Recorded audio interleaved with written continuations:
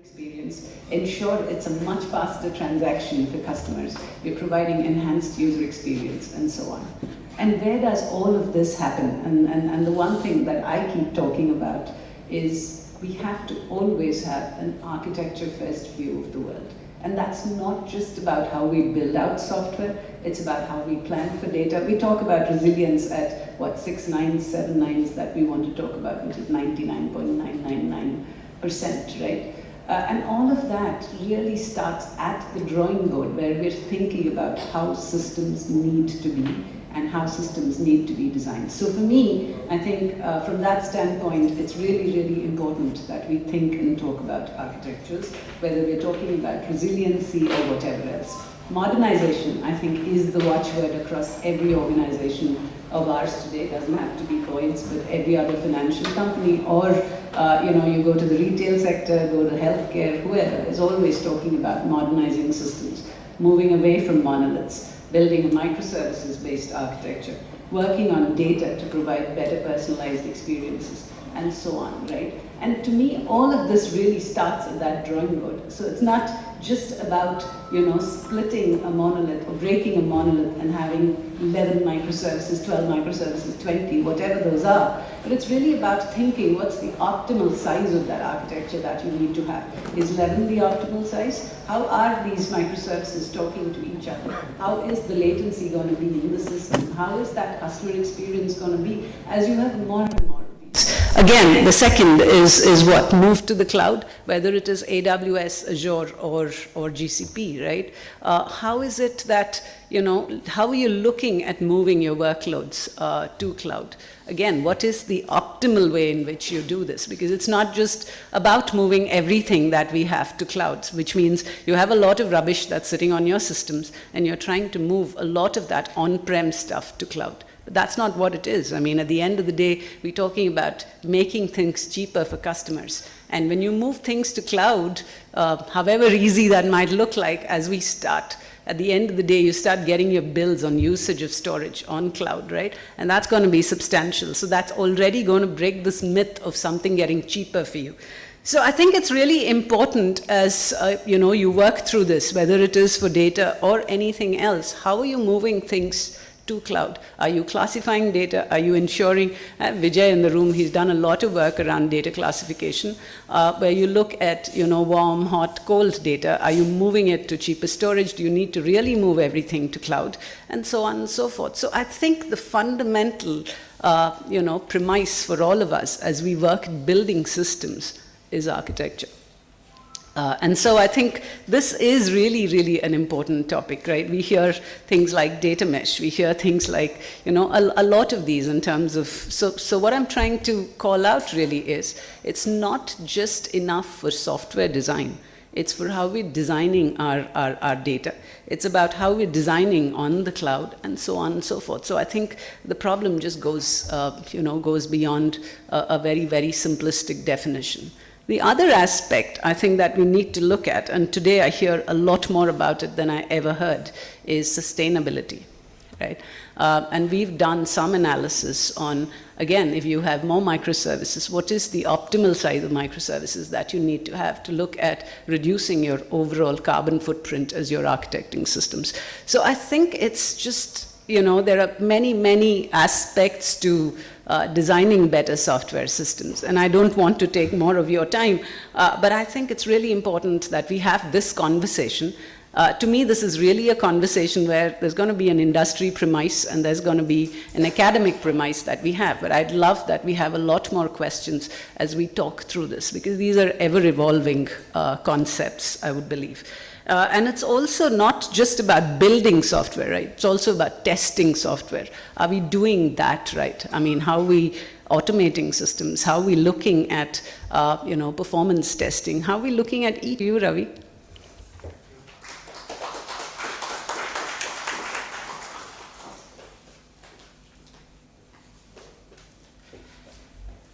Thank you, Sirisha, Dr. Vijayan, and welcome everyone.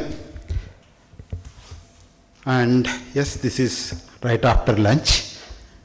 So we will start with a little bit of comic script. Okay. So this is what like software architecture is, and like looking through the crystal ball is all about, right? So essentially, right, there are a lot of assumptions like that are made, a lot of assumptions like that need to be made, and with that context, we talk about emerging trends in software architecture. Okay, so before like we go to emerging trends, let us talk about like why do we need like even that evaluation, like what is the need for evaluation, right? So if you look at, there are changes in computing paradigms, okay? There are changes in customer needs, there are changes in regulatory worlds, right? So there are so many changes that are happening around us. So let me take back to 1950s. None of us in this room were born then, right? So essentially when the first computer started, so it is all about like hardware centric. So everything like that you did, you had to like have a very specific to the processor, very specific to your chip, or not even chips, right? To your transistors. To that level is like where we started. So that is where like the first steps like towards architecture were. Then the evaluation is, okay, now it is like very difficult, right? Like if you have to go to the same hardware, like there is no reusability, there is no modularity, there is none of those things. So that became a need. Okay, if I wrote a program, how can I, or if I wrote some logic, how can I execute that logic multiple times? That led to high-level programming languages, right? Like say COBOL, Fortran, okay, early days, right? Okay, where you could actually have a module, you can execute that module like many times. Okay, then what next? Okay, so we said like, okay, everything is centralized in one place. How can I get like some of it to execute it like that needs lesser compute power and like more compute power at the center, and started like client server, right? So essentially you had clients, right, like where you could execute things, and like you had servers, right, like which are maybe your Unix machines or like whatnot, right? So we started with client server and like maybe a little bit of database, and okay, though it doesn't show here, right, like that is the time that like our graphical user interfaces also started a little bit, and maybe a tiny time, right, like what we call as GPUs now, they started at like around that time with a different name, right? So again, remember GPUs, will come back to that, okay? Then like the next thing is object oriented. Okay, so far like we concentrated so much on application, right? Okay, but like what people realized by 80s is when you are using application, it is nothing but you have some data and you are performing functions on the data, right? And how do we, right, like combine them together, and like how do we say it, like okay, this is a part of data, this is how like I classify data, and this is the security, right, like I need to have for data, etc., led to right, like our object oriented paradigms, right? So that is like 1980s. Okay, 1990s, internet era, right? So we went to three-tiered architecture, a web page, a web server, and an app server, right? So that is what like 1990s is about. Again, right, like from 1980s to 1990s. And as right, like more and more internet-based applications came in, again, the need for reusability came back again. Okay, I am writing the same kind of service again and again and again in various application servers. So why can't I reuse, right, like whatever I wrote once as a service? Okay, the next, service-oriented architecture, right? So led to 2000s, service-oriented architecture. So probably you all heard about like core bus, you all heard about like ARMs, DCOMs, whatnot. That is 2000s. Okay, now we have like all these services, but what did those services lead to? Those services led to kind of in one single service. Okay, now it is not monolithic enough. So it is a monolith, right? If I have to scale it like even a small portion of my business, I need to scale my entire service. I need to have like another web server, I need to have like another app server. So much are like an infrastructure again, right? So that led to the next evolution of microservices. Okay. So now microservices, we have modularized things, right? Like we said, okay, I can take these containers, I can run these containers anywhere. So far, so good. Okay, now come to 2020s. So right, like where we are today. Okay, now to Sirisha's earlier point. Now we have so many microservices. Now these microservices are there everywhere, right? Like, okay, there are across multiple availability zones. If I'm talking about public cloud, if I'm talking about private cloud, they are across multiple data centers, maybe 300 miles away, 500 miles away, right? And there are like lot of hops, east-west traffic between like these microservices, and traceability becomes like very difficult.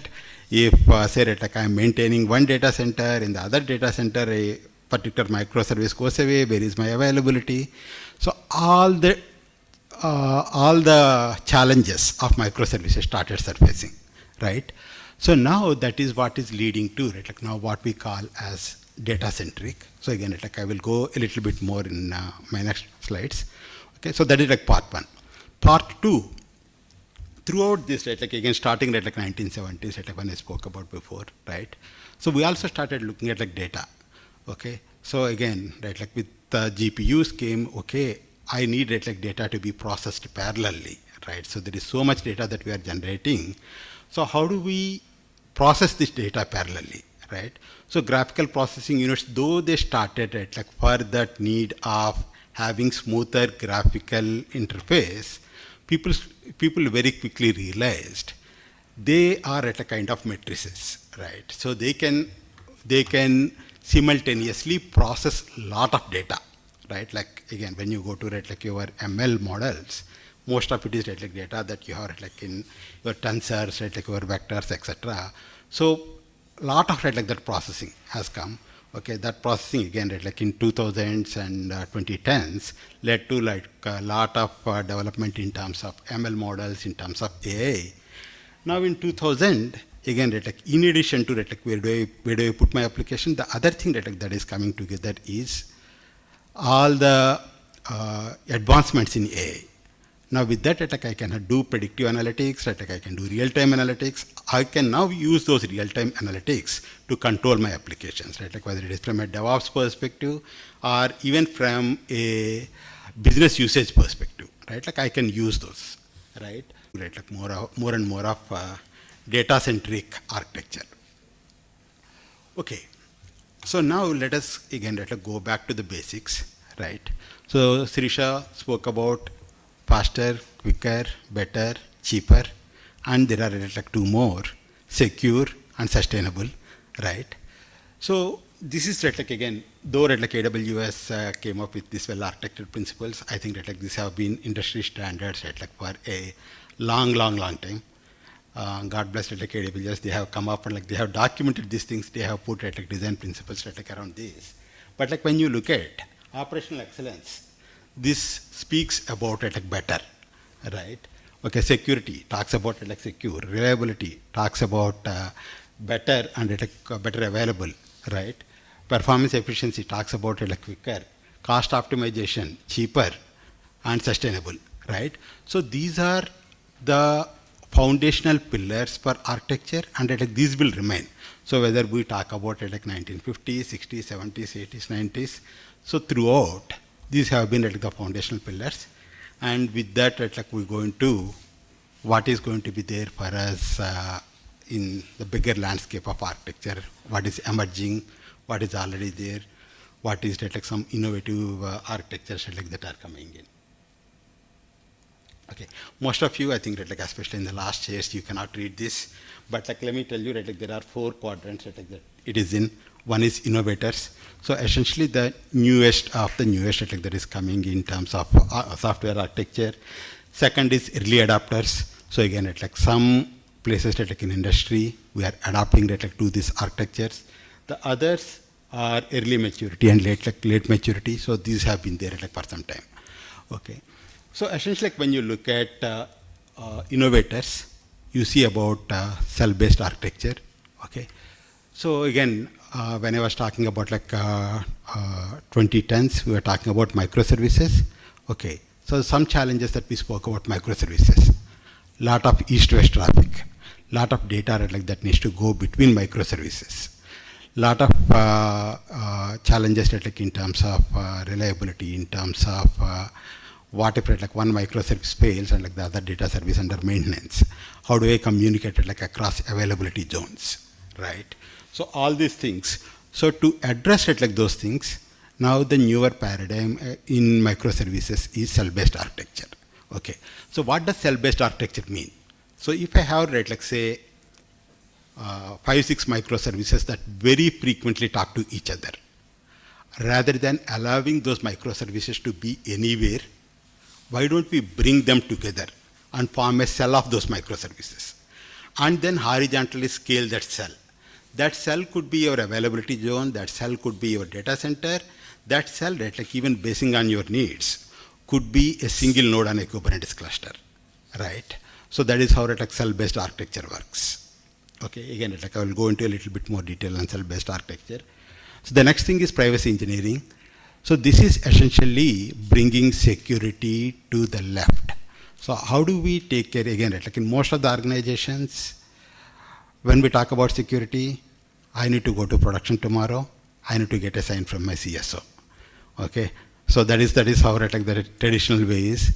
From right, like the traditional way, how do we get into taking right, like security to the left, making security as part of your architecture, make security adopted and put in right, like every layer of your implementation, every layer of your architecture. Okay. Second is green software. Again, like we spoke about sustainability, there are like a lot of green practices that are coming in terms of architecture, in terms of coding standards, in terms of practices, in terms of DevOps, and like even in terms of like how we schedule our workloads, right? So essentially, right, a lot of innovations happening in that area. HTTP3, again, like probably a lot of you have heard about some limitations with HTTP2. Essentially, HTTP2 is still a TCP-based protocol. So from TCP-based protocol, how do you go to a UDP-based protocol where you don't have to wait for a handshake for every bit like that you need? And especially, like how do you quicken like the amount of media that you need to transmit, especially like with a lot of our web traffic now containing media. So how do you transmit? How can you transmit like a lot of media? How can you use it like quick protocol as a layer? And also one very good thing about like HTTP3 is HTTP3 by default comes with security at transport layer. So there is no clear text in HTTP3, right? So that is like again another innovation. And or when I say innovation, right, like that is coming up. The next one is like DApps or distributed apps. So traditionally, again, like we have seen our applications running on servers or serverless or like whatnot.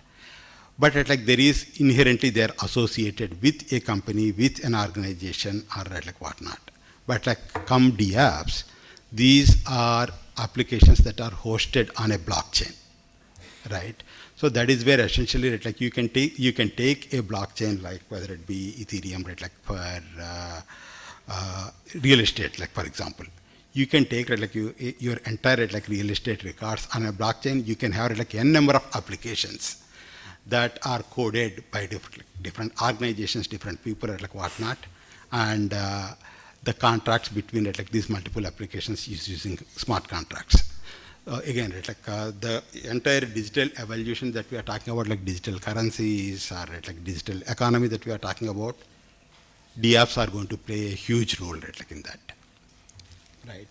Okay. In the early adopters, I will touch a little bit on one that is like very close to us, called Dapper.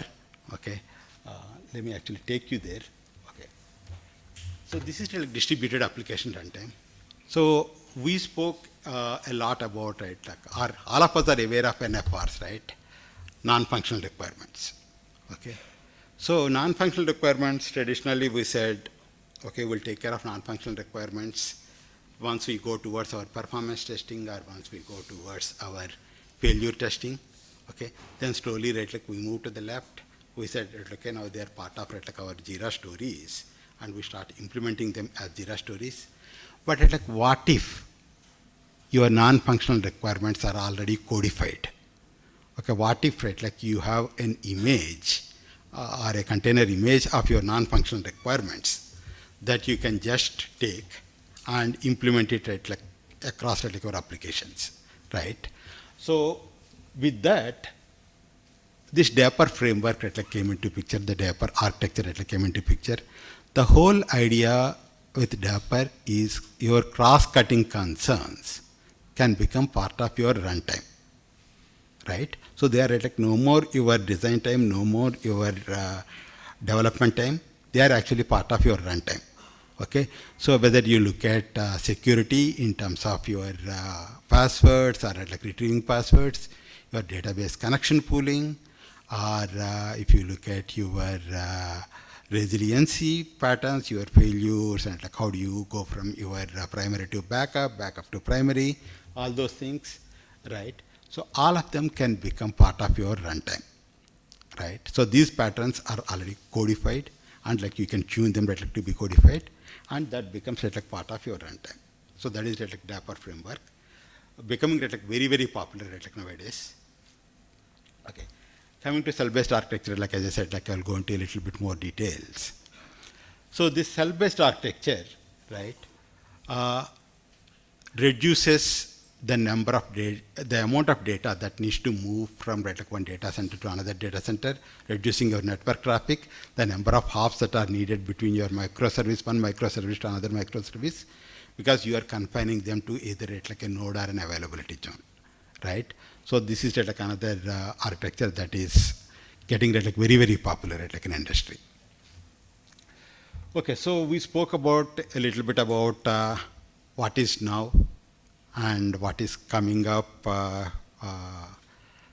in, right, like next 1 year, 2 years, but like what is there in future, right? So this is where the crystal ball comes in, right? So again, there are a lot of things that we are talking about, like nowadays we are talking about like agentic AI, where like you have AI agents doing a lot of work, right?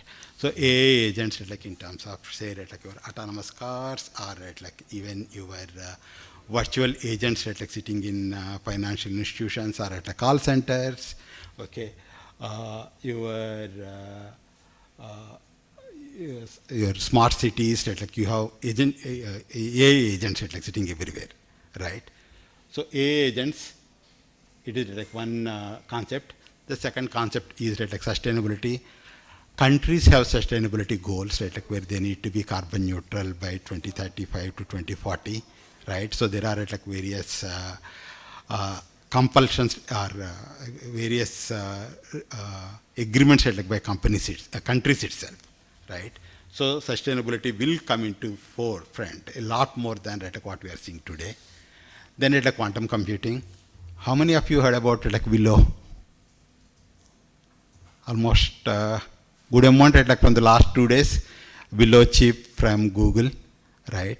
So essentially we are talking now about, right, like QPUs, okay? Again, 5-6 years back, it was, right, like still we are talking about like a concept. Now we are seeing, right, like that concept solidify a little bit more into where, right, like now we can get into processing units, right? And quantum computing is something to look out at, like for in future, right? So now when these three things come together, right, like in the next so many years, that would require, right, like so many changes in terms of architecture, so much emergence of newer patterns in architecture, right? Okay. So whether you look at like sustainability centric architectures, okay. So what does it mean? So it is no more sustainability is a sidecar. Sustainability will drive, right, like some of the architectures. So again, it's like some of those things we are already working with IIIT in terms of how can we schedule our workloads. Do I run my batch jobs at certain point in the time based on the time of the day, or do I run my batch jobs when there is more green energy available, right? So essentially, right, like your workload scheduling or like whatnot, and how do you scale up or down your microservices? Where do you scale up and down, right, like your microservices? Which availability zone do you do it? Which region do you do it? So some of those decisions could depend on the green energy availability, right? So self-adaptive architectures with MAPK loop. So again, reliability at the center, and like with AI agents.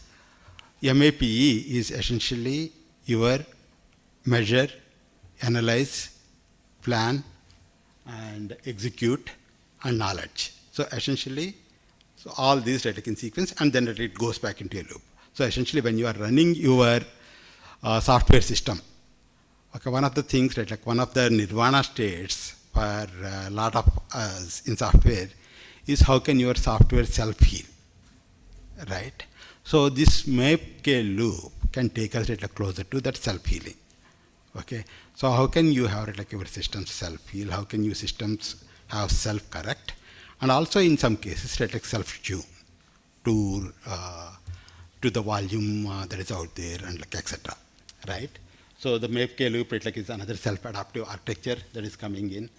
Now hybrid cloud edge quantum architectures. Okay, so this may sound like a little bit fancy. So we speak about like edge computing already, right? You all know the advantage you get with edge, so that like you don't have to have like lot of traffic that is moving and like reduction in latencies, etc. Now combine that with like what can happen with quantum networks in future, where like you have entanglement between like your qubits. Again, I'm talking about like a little bit future, right?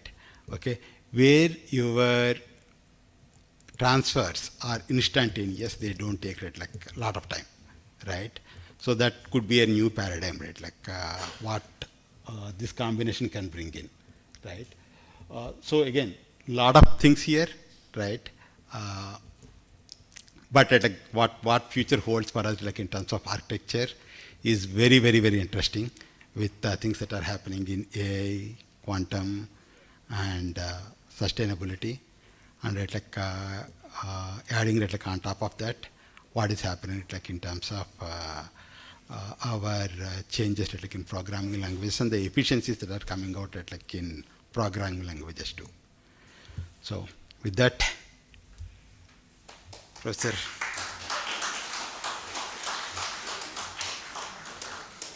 We'll do joint Q&A. So next I invite Professor Raghu Reddy to share the research perspective, and then we'll do a joint Q&A after the talk. Raghu?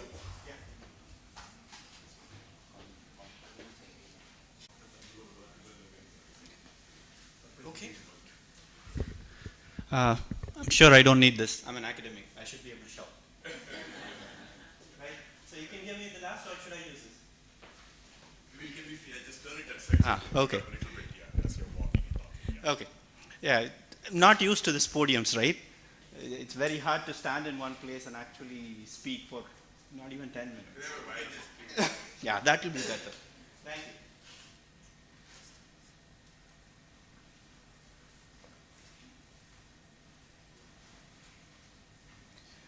Okay, good. So, thank you, Sirisha, for hosting us, and thank you, Ravi, for getting started. So what I am going to talk about, of course, is probably give a few more examples and motivate you towards why this is important, right? There's a lot of talk about so many things that happen when we talk about software architectures. You know, I teach a course on software architectures, and it's an entire semester, and I probably cover 10% of what I really want to teach, right? So it's just too vast. You know, people have been working since 1950s, as you know, Ravi was just saying. And you know, when we start looking at it, the very first time the word decomposition started getting used was in the mid 1960s, right? So David Parnas first time reference to the idea of decomposition. So that's the very first thought about, oh, that's your background for architecting, right? The word decomposition meant so much, right? At that time nobody realized, because everything was a monolith, isn't it? But still that kind of fundamentally changed how things moved from, and again, my evolution of software architecture is a little different, right? In terms of 1950s, 60s, I don't want to put those time frames. I would rather call it as 5 ages of software systems, right? So we now say, based on these 5 different ages, the pre-1980s, I would say, pre-1980s when we were fundamentally looking at monolithic systems, then probably 80s to 90s where we were looking at distributed monolithic systems. At that point where you now started looking at multiple architectural views, you had, you know, different types of stakeholders, and fundamentally at that point where you started talking about architectural styles, you know, looking at 3-tier architecture, client server, etc., etc. And at that point where you now started thinking about how can I assess an implementation of an architecture, right? That's the initial evolution of the whole distribution, because you had now not just a single you know, vendor who had to cater to just small set of programs. You're now talking about the platform itself, you know, being distributed, and you had to account for all these, which further got, you know, even more difficult when we moved to the internet connected age, right? When we said, okay, there is something that is always on, right, in the age of internet. So as a result, you now had to worry about, okay, is it scalable? Do I have performance? You know, do I have security? You know, the whole distribution added one more layer of dimension when internet came in, right? All these qualities had to be considered at that point of time. So that's when, at least in my personal opinion, the 1990s pretty much, right, to 2000s, when the whole internet movement started, and then there was a seminal paper that came out by Dwayne Perry and Alex Wolff on the foundations of software architecture. 1992, almost 32 years now. That's probably one of the most cited works in terms of trying to understand what the process of architecting is and thinking about quality-driven architectures, right, rather than functional-driven architectures. Fundamental shift in terms of how people started architecting, right? And moving on to the, you know, 2000s and 2010s, where now you had internet native applications. You had applications built for the internet rather than just using the internet to host applications, right?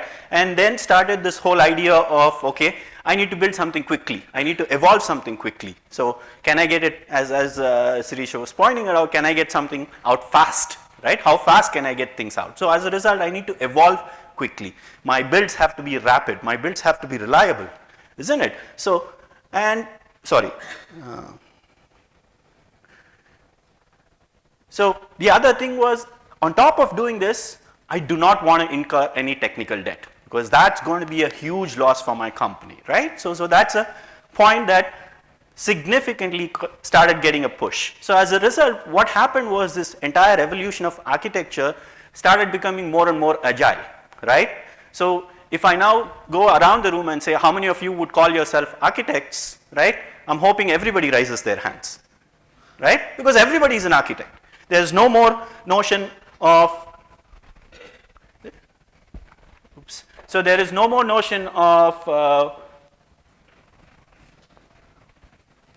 an architect sitting at a table and doing a 5-year plan, right? Architectures are agile in nature. Architectures evolve. So it's a continuous process now. It's not one time and then you're done and then new technology comes in, then you're like, okay, what do I do, right? It's a continuous evolution. So it's no more about where you're doing something based on just a static set of structures. You're now starting to think about what are the fundamental principles, what about the fundamental patterns that govern this whole architectural process, right? And that's the trend that we are seeing, right? And nowadays, obviously, with so many of these sensors, internet connected devices, things are moving towards connected devices and architecting connected devices. So we need to be very careful about thinking about all these things, right? So it's even more imperative, obviously, now that we are looking at many, many new technologies that have come in. You know, you're talking 4G, 5G, IoT, AR, VR, edge, quantum, you know, people talk about qubits now, and what else? Bionics, 3D printing, you know, emerging technologies are coming left, right, and bottom. Now, the question would be, if teams working on emerging tech are asked to list their key concerns and tactics, right? If I ask you this question, I doubt if the answer would be architecture-led approach. And that's the word you used was architecture first approach. Fair enough. I mean, so I'm just replacing it by architecture-led approach, right? So the question is, can architecture help address challenges that are faced due to emerging technologies and how, right? So I'm now going to more often just go map it back to this 90s about quality driven and quality centric approaches, right? So you will keep hearing those words again and again. You will keep hearing very less of serverless, microservices, tech savvy. No, I will avoid that, right? I will try to keep it a little more abstract. So as a result, you could probably count on fingers if I actually use the word serverless. Okay, so just to give a simple example, right? If you talk about shared ledger systems, right? What are the architectural challenges you think about? You need to look at latency, throughput, access to external info. You look at digital twins, which is probably getting very popular now. You know, you talk about whether it's twins, whether it's shadows, whether it's simulator systems, whatever other types of systems, right? You're now talking about there needs to be an active feedback loop because any data that you get, what is the analysis that you've done? How does it feed back to the real system? That's more important, isn't it? Rather than just doing primarily simulations and then leaving it up. You need to connect it to the feedback loop. How does that get connected? From a edge-centric perspective, right? You're talking about now moving from cloud to edge. You know, can I now have data closer to the edge? You know, so that everything need not be moved to the cloud, isn't it? That's a question that needs to be answered. And of course, whether we like it or not, everything is now driven by AI ML, right? And fortunate or unfortunate, I'm not going to use that, right? We're always now talking about AI ML. So which means now the entire world is becoming data centric, right? So the whole 2020s is fundamentally data centric. So I want to kind of take the help of Thomas Kuhn here and say that this is a fundamental paradigm shift. So right now we are living in a world where there is a paradigm shift. And this paradigm shift is data-centric architectures, right? So, of course, please don't go with the word model drift over here. Model here is general process, which is different from ML model drift, which I will come back to in a minute. So don't confuse those two terminologies. Okay, so just to give you a simple example of why we should think about data centric, right? I'm sure in a banking environment, I don't need to give you that, but I want to give a very simple day-to-day example, right? I did this a couple of days ago, right? So I was wondering how heavy the cars are normally. And I said, can you give me a car below 20 lakhs under 2000 kg weight, right? I did a Google search. And what did Google do? Obviously, right? What did it do? Conveniently ignored that, right? Under 2000 kg weight, I'll ignore it. I'll only worry about the car that is under 20 lakhs. Now, are you now saying that the tech specs of these cars are not available? Everywhere data is available, right? But obviously, some platform decided not to actually care about it, isn't it? So which means that you're now saying there is a need to think about data as not being the issue. Data is available, right? Rather, you're now thinking about systems which are application centric instead of being data centric, right? So there's a fundamental shift that needs to happen wherein we now start loosely coupling data from the application. So that tight coupling between data and application should not happen. In other sense, what I'm saying is you should not have code which is written in the application regarding the data. And it should not be so tight that I should not be able to extract it. So this decoupling is one of the principles. And again, this is not something that is, rocket science, right? It's fairly simple, decoupling. But it's a basis for probably so much of the cost that we end up actually taking, isn't it? Because everything is so tightly coupled. And if I want to make a change, I have this ripple effect in 10 different places. So that's a common application. What about enterprises? It's probably the same, right? Because what is happening in enterprises also? You have this application, your data is revolving around this application. Like the olden days where, you had probably Earth and then sun was around the Earth, right? Isn't it? So rather we would now say, we don't want that, isn't it? We really want data and applications revolving around the data. So that is what we want to move towards, isn't it? So in effect, when we start looking at enterprises, we probably have thousands and thousands of applications, not one or two, right? We have many, many applications, and quite a few probably are in silos, right? They're not talking to each other, or if at all they're talking to each other, what's happening?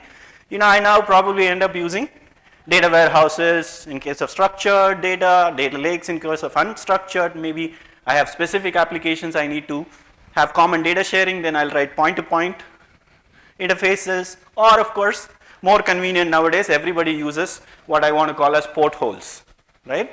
You enter into a port through the APIs, right? So I don't want to call them programmable interfaces. They are more like these portholes where it's like you open up a port and then you enter. Everything is visible to you, right? So, of course, the problem lies in the complexity and the technical debt that you encounter as a result of this. So this is something we want to avoid. Remember, I keep pointing out some specific challenges that we are facing, right? So the idea is very simple, right? I've put it in a simple manner. All we are looking at, and again, this is ideal goal. I'm not saying it is happening or it will happen. Hopefully it will happen, right? When we now start talking about moving from a application-centric architecture to fundamentally, there's no highlight, okay.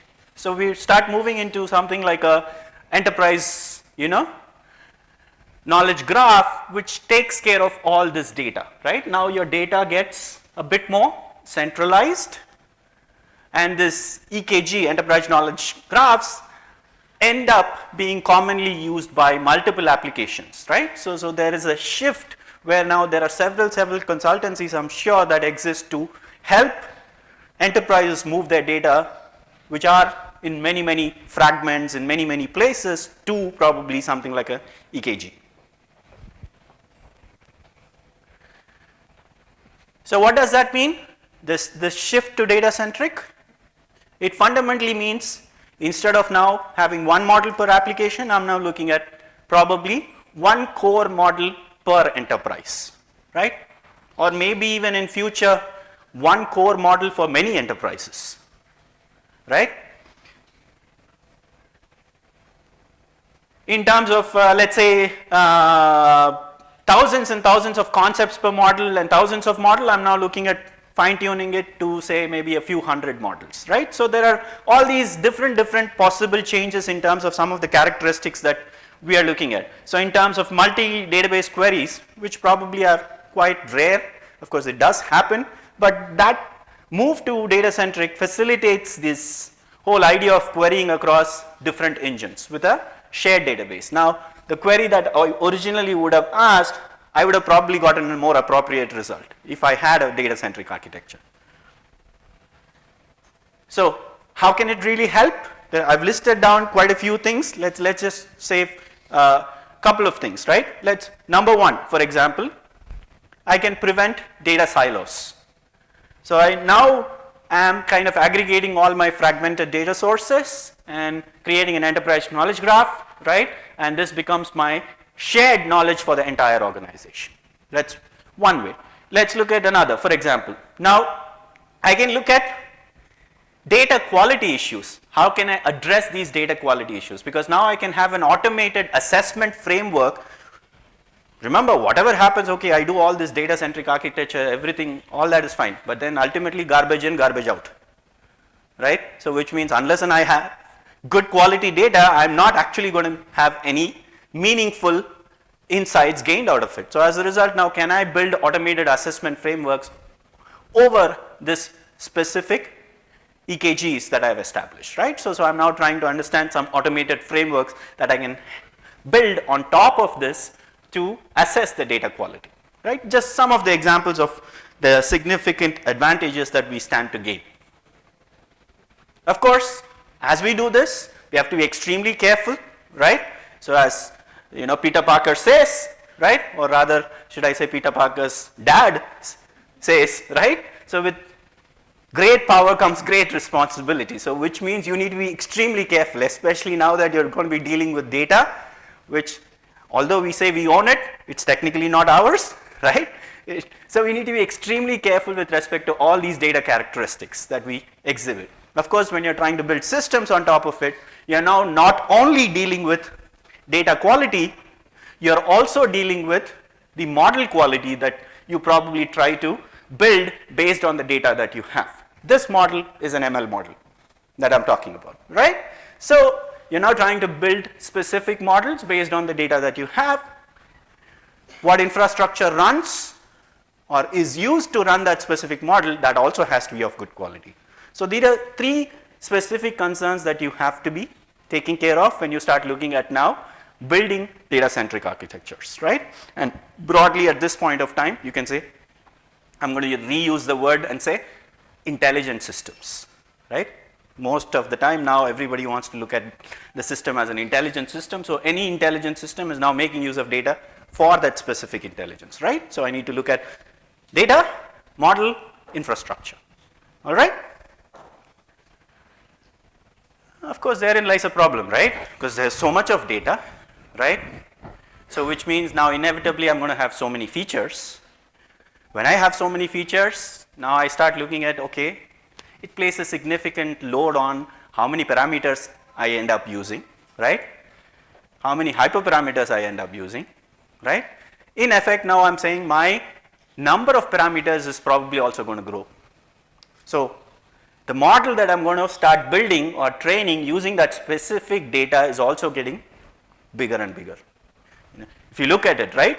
So we are now running in, sorry, the visibility is a little poor. So obviously I don't need to point it out, but this is running into billions, right? You now know 1.7 billion, whatever, the number of parameters that keep going significantly shot up, whether it's language models, vision models, whatever way we look at it.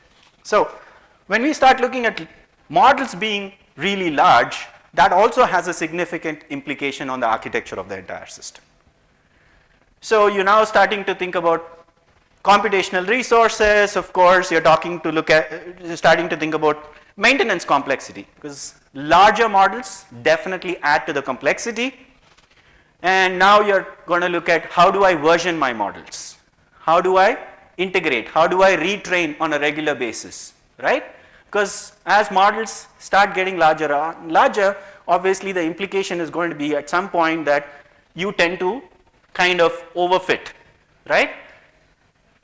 So this is a big risk that we want to avoid. Of course, there's a shift that's also happening in terms of small language models, etc. I'll park that aside for a minute, maybe during discussion after the talk. So as these models are evolving, the problem now is your data is never going to be static, your data is continuous, right? Which means your models also have to evolve. So in effect, now, as there is some shift in data, right? So as there is some shift in data, right? Your models will start giving out results that are probably not what they should be to start with, right? So there is some drift that is encountered in the model due to data drift, right? It's referred as covariate, but let's just call it as data drift.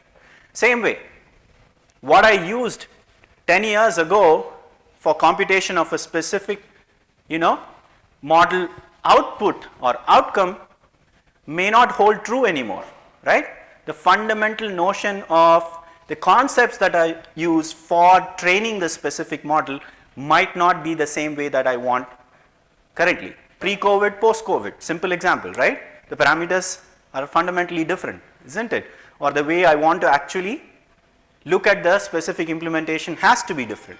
So this drift is something that we need to engineer for, or as an architect, this is something that you definitely need to think about, right? And adopt specific tactics or strategies that will help you to address this model drift, right? And of course, there are solutions that are already, out there. It's not like we don't have solutions. Every large tech organizations, I'm sure your organization is also working towards addressing some of these challenges, right? For example, let's look at this, right? A very simple example, model inference as a service. So you're now talking about a model inferencing as a service, right? I mean, we don't need to go into large texts to do this in terms of giving simple example. Our day-to-day life, every day, we are using model inference. I'm sure everybody is using model inference. If anybody says no, I wouldn't agree with it because you're using ChatGPT, right? All of you are using ChatGPT at some point of time, right, for getting some answers. Your ChatGPT is nothing but a model inference on service, right? So we're typing something, it is inferring something, right, which is somebody else's. We don't need to worry about its maintenance. So same way, everybody is trying to build services for either training, inferring, right, or things like continuous monitoring, Prometheus, Grafana, for example, or for automating the feedback loops, for example, Kubeflow. So these are just some examples of tools that are out there for addressing this notion of drift, right? It will help you to address drift. Let me just give a simple example, right, of why we need to think about it even more now than before. You know, before it was cloud, we're now moving to edge, right, where quite a bit of computation, at least we want to try and see if we can move to the edge. So let's look at a very simple lane assist system, ADAS, right? Most of these are now modern, you know, probably cars at level 2, you know, exist in India, right? Now if you go to maybe Waymo, which PJN keeps talking about quite a bit, you know, you have level 5 ADAS in Waymo, for example, right? So when we talk about it, most of the time our question as an architect is, okay, where does the intelligence live, right? Of course, the easy answer is, okay, it's on cloud. We don't have to worry about processing, you know, the memory and all this heavyweight models, I can do it on the cloud, right? But of course, the question now is, I can have a device in the car itself which does this, right? Or I can even do it through my phone. I mean, that's how it is, right? I can probably use it on the phone where now I have a phone camera. And can I do that, right? With respect to this lane assist system, can I actually use a phone for processing? So in such case now, what considerations do I have to think about as an architect? It's not only what was there previously, I now have to start looking at model compression, right? How small can I make models so that it fits into a very small system, right? Or in terms of the communication between these devices, obviously, I'm going to still use the internet, so I need to be very stable about communication. Security, because I'm now sending out information, and how do I basically ensure that this information does not get lost or somebody doesn't hack in, isn't it? So in that sense, when we start looking at edge systems, we are also looking at some specific qualities like latency, privacy, bandwidth, etc., which have to be accounted for at an architectural level. So as an architect, I obviously, sorry if this is a little too small, but maybe just look at the red ones, that should be sufficient. If I now start looking at it, I now start looking at a hybrid architecture, right? A mix of cloud and edge, where my solutions are alternatives that I need to consider as an architect. Whether it is totally centralized, whether it is a mix of centralized and decentralized, or more centralized, less decentralized, less centralized, more decentralized, or completely decentralized, right? In terms of what I'm saying is, where do I train my model, right? Do I train it on cloud? Do I train it on edge? Or if I train it on cloud, when do I actually, you know, train my model that's, or when do I actually, let's say, write the model that's on the edge device, etc., right? What is the point of time? So when does this transition happen? When do I move from being a shadow to an active, etc., etc.? These are questions for an architect to decide. In order for us to decide, I go back to saying, okay, what are the qualities that I need to achieve? So in effect, all I'm trying to say is, as intelligence grows, systems become more and more uncertain. I end up having a lot of trouble, whether it is from a model drift perspective, data drift perspective, whether it is from quality of service that needs to be achieved, or of course the environmental considerations that need to be taken care, of course the whole reliability of a specific software that exists, because now I'm talking about probabilistic machines versus deterministic machines and definitive machines, right? So there are all these uncertainties that probably end up arising. So as a result, one of the possible architectures that is coming about and probably gaining popularity, and Ravi kind of briefly talked about it, is this idea of self-adaptive architectures, where you're now adapting to the changes, right? And the framework that gets discussed as part of this self-adaptation is what's called as a MAPE-K framework. So monitor, analyze, plan, execute, and knowledge. That's the MAPE-K acronym that's there. So whatever is the specific managed element, in other sense, if it's the system that you want to manage or the system that you want to adapt, right? You're now monitoring that particular system, and based on monitoring, in this case, let's say you're trying to use some maybe IoT sensors, for example, on top of that particular system. You're sensing all the data, and that data gets fed to the actual monitoring system. And based on the data, whatever are your objectives, right? So in this case, if you now want to say, I want to save power, right? That's your objective. So what are those goals? What are those objectives that you want to achieve? You define those objectives and collect the appropriate information for monitoring and run it through the loop, right? If you now start analyzing the data that's coming out, something goes wrong, you plan for actually making the change. And once you plan the change, you execute it, right? And all this data obviously gets captured in your knowledge. So this loop kind of continues. And every time there is some issue, it's self-adapting based on the data that you already have, right? So in a simple sense, just given some examples, right? So different domains. How does MAPE-K actually end up working in terms of the whole monitoring, analyzing, plan, execution, and knowledge? Whether it is web application scaling or cloud resources, or maybe self-optimizing database systems, for example, or autonomous vehicle systems. So different domains, everywhere self-adaptation in play. This is something that we're doing at the SERC. Now Lloyds is on board in terms of now extending what we're trying to do there. Is now, what is that objective? As I said, remember, in MAPE self-adaptation, what are we trying to actually adapt, right? Here we are now saying my objective is sustainability. So for sustainability, there are multiple dimensions typically, and of course, our focus at this point is software. So we are only talking about software sustainability.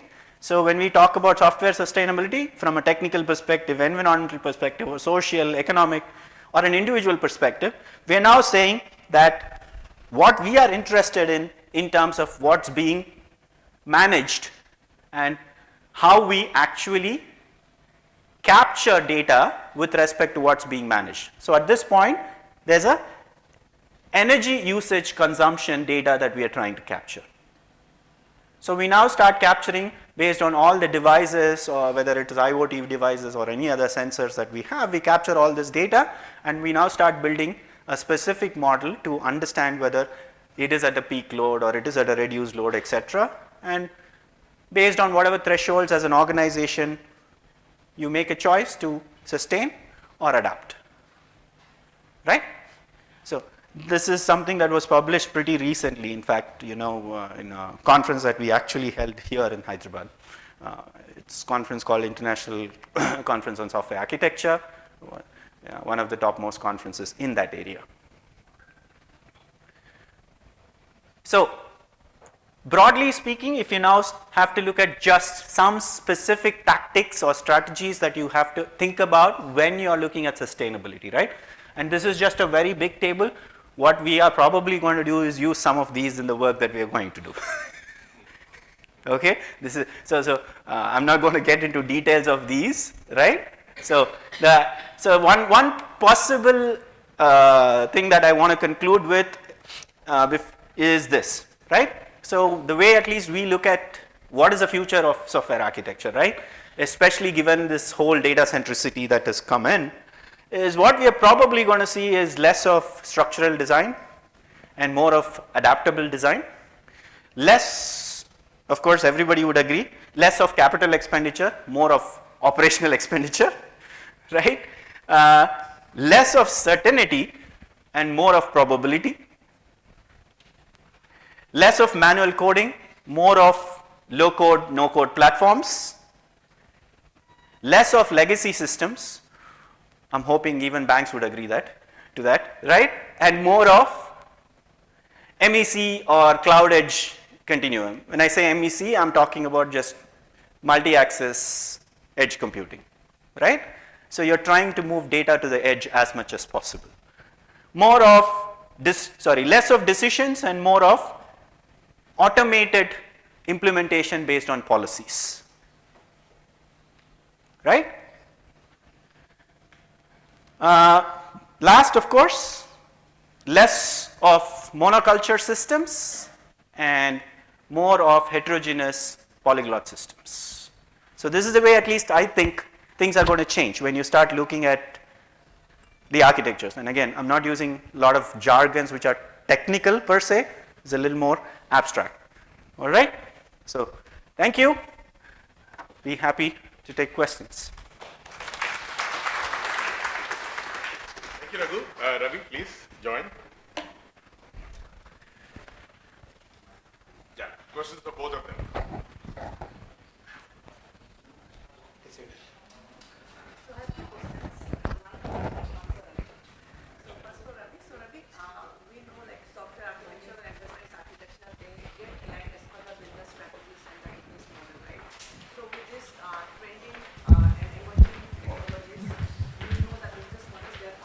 Changing. So how best in the banking industry we are aligned to maintain the contingency plan and the governance risk and compliance when we are shifting from an architecture model to another architecture model?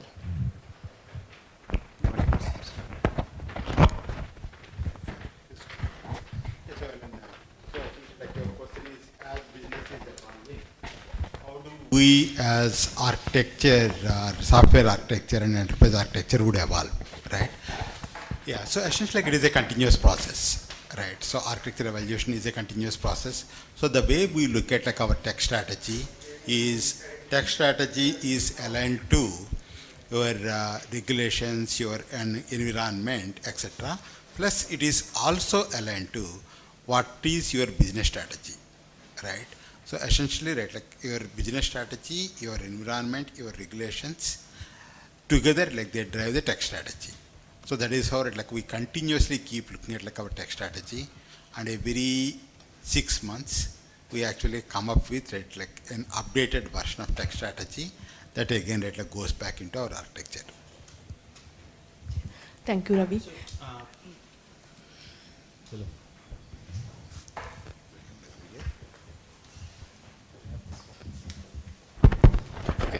So I can't say it's specific to banking industry, obviously, but I would assume that if I were in your place, I would put governance and policies as a quality, right? It has to be a parameter when you start architecting the system, and as the quality evolves, your system evolves. So it cannot be after the fact, right? So when you start architecting, what is important for me, right? The governance is one specific aspect that I'm also going to be interested in, have to constantly worry about it, not after the fact. And if that shift happens, I'm sure the rest will probably work out. Thank you. Okay, my second question is, if we see what is the diversity ratio success when professionals or any students, they're taking up architecture as a career. Do we see like it is going like, because like usually we see like it is very gender specific. We see especially like men, they are more into architecture and less women in architecture. Maybe I'm wrong in this way. So how do you see the diversity like its success? Yes. Yes. Yeah, so she should answer. Yes. No, I don't know. See, I just think it's a proportional thing, right? I think, see, there is definitely a significant push, and it's more on the ground level in terms of getting more women in STEM education, right? So architecting is not something that comes overnight, you know. So you're going to work 10 years, 15 years, and over a period, you kind of continuously work and gain skills, right? I don't think architecture is a role per se, right? It's a continuous evolution. So in that sense, more women are in the pipeline, then more women become architects. So Okay. Okay, thank you. Yeah, I actually echo, and I think that, like, again, as Professor said, architecture is a principle, right? It is less of a role, kind of, per se. It is a principle, and like, again, you can have engineers that like turned architectures, and like, again, as more and more engineers are coming into our ecosystem, we will see that like that number of architects even across genders that like grow, right? So that is like one. Second, I think that like we need to encourage that like more women also to take that like architecture roles, right? Yeah, hi Ravi, hi Raghu. I have a question. So both of you can share your thoughts on that. So, so if I have the liberty of correlating certain words, so if I relate data-driven architecture with theoretical physics, and I correlate LLMs with the Manhattan Project, do you see any adverse events in the near future? And second question is, how important is it for us to build control systems first rather than going into building the models? So any thoughts on that? So, okay, I thank you for the question. So rather than calling it data-driven, I want to call it data-centric, right? Because I think there's a difference between data-driven and data-centric, right? So, of course, definitely, you know, I don't have a magic wand, right? So I don't know if I can give you a right answer for this. There is a significant shift that is happening. There's nothing that, you know, I don't know if I have an actual answer. I'm trying to think of an answer. Give me maybe a couple of minutes. I'll wait till Ravi answers and then I'll come back to the, because I'm thinking about what I should, because you're asking me to project the future, right? I should be in stock markets if I was able to do so. So maybe like I will take your second question first, the control systems that like around architecture. So again, to some extent, like now that is becoming a continuous process, as like Professor also said it, like when you look at like MapK, so this is not like nothing but like you have an inbuilt at a control system, right? So you are at continuously measuring, right? Like you're continuously analyzing, you're continuously planning, then like you are executing / adapting, right? Again, like across, so it is like no more an afterthought, right? This is actually like now built into the architecture or like built into the systems now. So that is going to happen at like more and more, right? Like as we go, and there is a need for it like to happen at like more and more. So, okay, let me understand the question a little more, right? When you say control systems, are you talking about guardrails that you're going to place? What do you mean by control systems? Because control systems has a completely different connotation, right? Because you're now talking command and control type of systems, right? Versus different types of systems. So what system are you talking about? So anything like a circuit breaker, so something. Yeah. So you're talking typical command and control systems, right? Yeah. So in fact, I do believe that is also evolving, your command and control systems, but now AI is a layer on top rather than a AI centric and AI driven, right? From what I know of, to date also, I think 80% of the control system code is probably generated rather than written, right? But that's an advantage because they fundamentally use product line architectures, right? So which I don't think exists now for AI systems. Right, so when you start looking at control systems, it's 30, 40, 50 years, you know, since they've been doing it, right? For AI systems, it's probably 15, 20 years at best and maybe when AI gets to that point, right, then we can probably look at all these guardrails, all these security measures that have already probably, you know, been built in. So well, I have one question, and this is regarding self-heal. I think we speak a lot about self-healing systems, right, that we need to have. And one, you know, we've always had the problem that any of the systems that we've built has never been self-healing. So as we look into the future, I see some amazing terms on this slide here of self-adaptation, perception, cognition, you know, a ton of things. So I was just wondering as we go into the future, how do we build better self-heal in our systems? So, okay. So, again, I don't know if I have an answer, but fundamentally I'm assuming that this word self-healing is getting more used nowadays, right?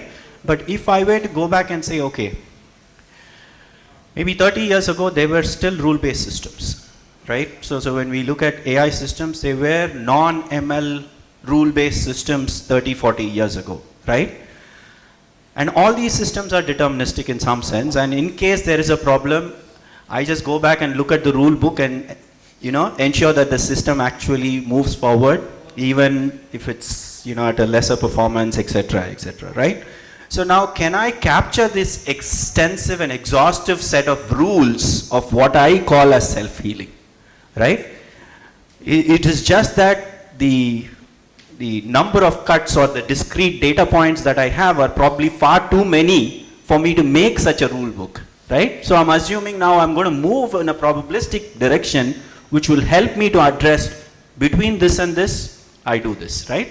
So maybe that's the direction to go, and from an academic perspective, I would say that's probably the answer.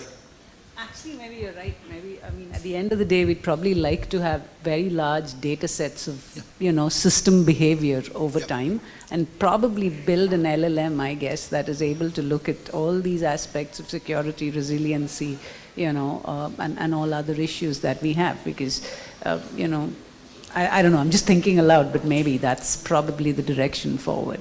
Yeah, and I think, like as Professor said, I think like we'll move towards it. I don't think like it's ever going to be 100%. It is going to be at best like probabilistic. Always like a moving yeah. target.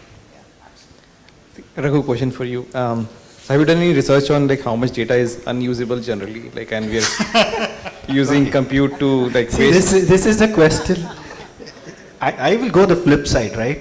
How much data is shared to the academics is the first question that we should ask. Then forget about unusable data, right? So if we actually got that data, we'll be able to give you that answer. Unfortunately, not many industries share data with academics, right? So this is more from a papers research perspective in terms of how much data ultimately becomes unusable, right? So more than that, it would be more like an academic answer, not a real answer. And I think this is a question for Gartner probably than somebody who is probably working at IIIT. Even they don't have. They will have the answer though.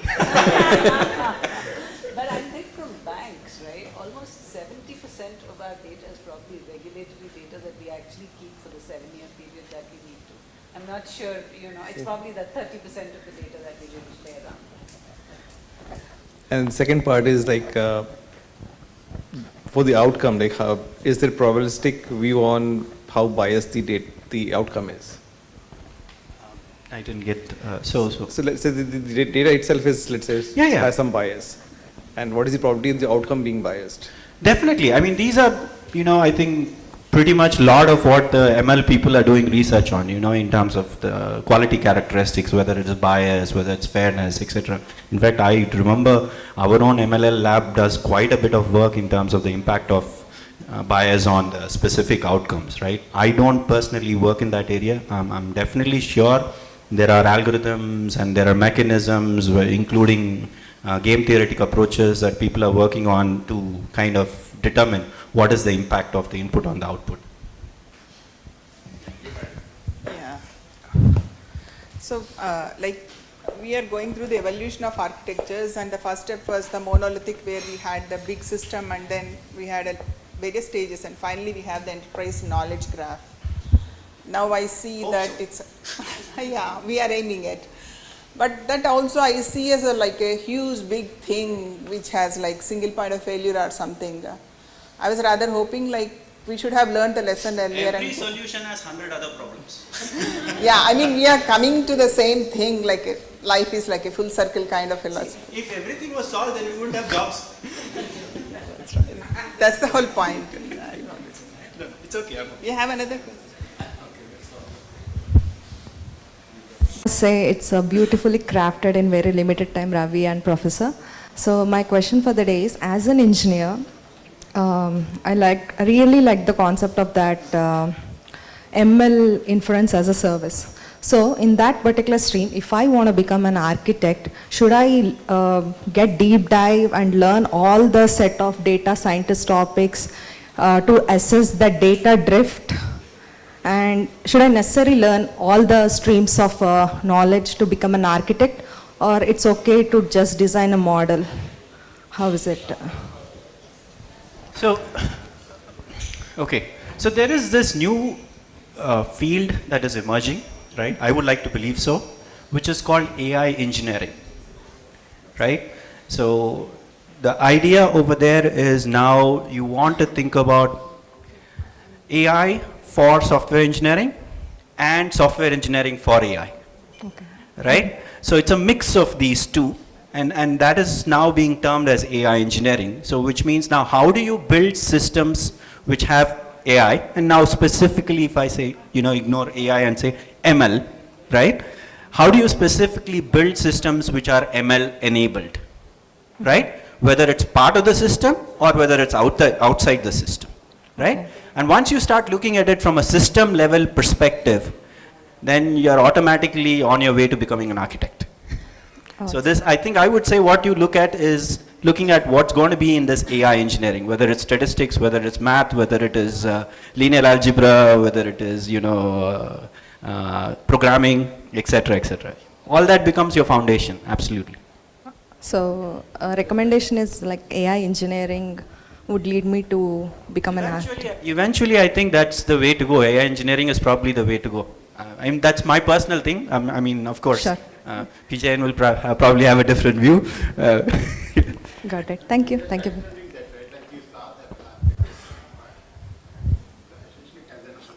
You need to have a broader view also, right? So even if you are using AI, you need to be aware of like, what are the implications of security, what is the implication of infrastructure, what is the implication of cost, what is the implication of sustainability.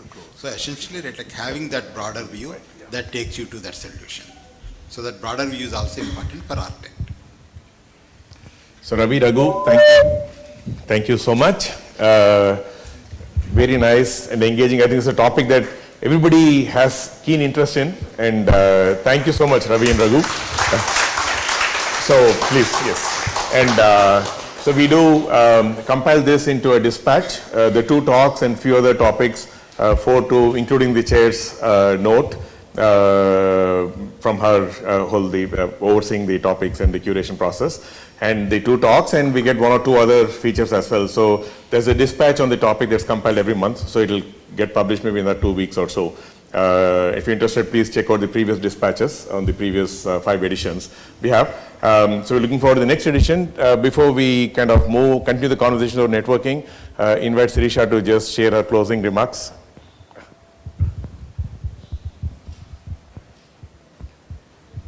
I think it was an amazing conversation for limiting you all. So with that, I think amazing session, both of you. I absolutely enjoyed it, and there are lots of questions in my mind as we go from here and work through our designs and architectures and think about next-gen systems. We have a small couple of souvenirs that we wanted to give out for all of you that made this session so engaging. So, please do come over on stage. Professor Narayan, can you just come? We will.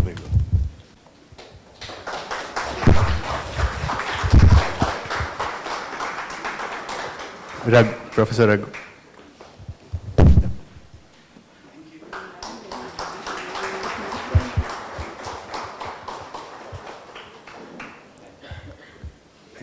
Ravi?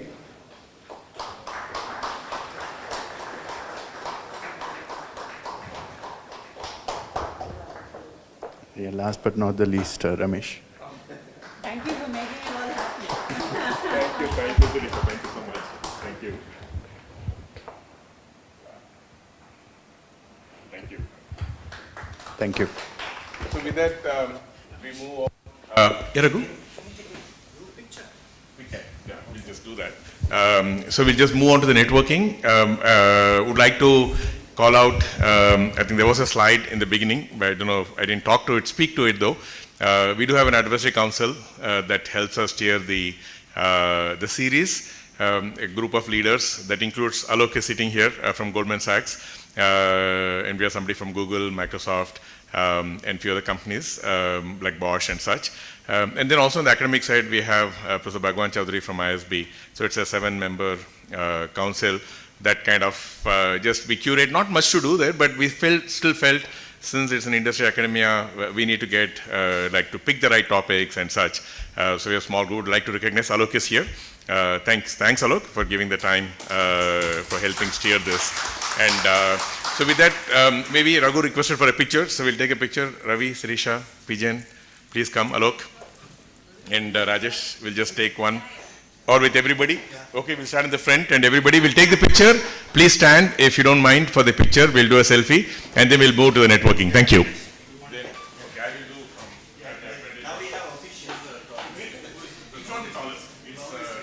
Who has the experience doing selfies? Yes, got it.